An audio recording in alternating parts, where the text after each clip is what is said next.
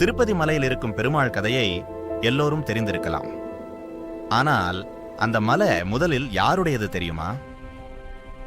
அது முதலில் ஆதிவராக பெருமாளினிடம். ஒரு காலத்தில் ஹிரண்யாக்ஷன் என்ற அசுரன் பூமியை கடலுக்குள் மறைத்தான். அப்போது விஷ்ணு ஆதிவராக அவதாரம் எடுத்தார். வராக பெருமாள் கடலுக்குள் சென்று அசுரனை வென்றார்.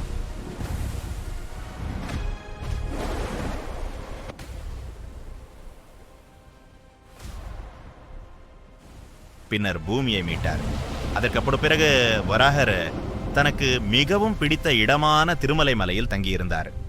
பிறகு சில காரணங்களால் லட்சுமி தேவி நாராயணனிடம் கோபித்துக் கொண்டு பூமியில் பத்மாவதி தாயார் ஆக அவதரித்தார்.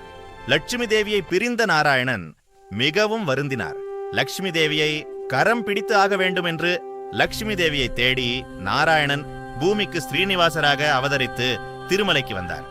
அப்பொழுது அங்கு தங்கியிருந்த வராக பெருமான் நாராயணனை வரவேற்றார். நாராயணன் வராக பெருமாளிடம், நான் இங்கு சிறிது காலம் இங்கு தங்கிக் கொள்ளலாமா என்று கேட்டார். அதற்கு வராக பெருமான் தாராளமாக தங்கிக் கொள்ளலாம் என்று கூறினார். சிறிது காலம் கழித்து நாராயணன் பத்மாவதி தாயார் திருமணம் இனிதே நடைபெற்றது. அந்த திருமண விழாவில் நாராயணன் ஸ்ரீவராக பெருமானுக்கு செப்புதகடை எழுதி கொடுத்தார். இன்று முதல் நான் இங்கு நாராயணன் சீனிவாச பெருமாளாக அருள் பாலிக்கப் போகிறேன். என்னை பார்க்க வரும் பக்தர்கள் முதலில் உன்னை பார்த்துவிட்டு என்னை வந்து வணங்குவார்கள்.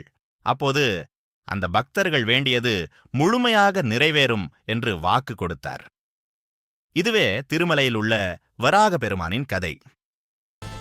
இதுபோல் சுவாரஸ்யமான கதை கேட்க, வரலாறு உண்மைகளை தெரிந்து கொள்ள சப்ஸ்கிரைப் செய்து கொள்ளவும்.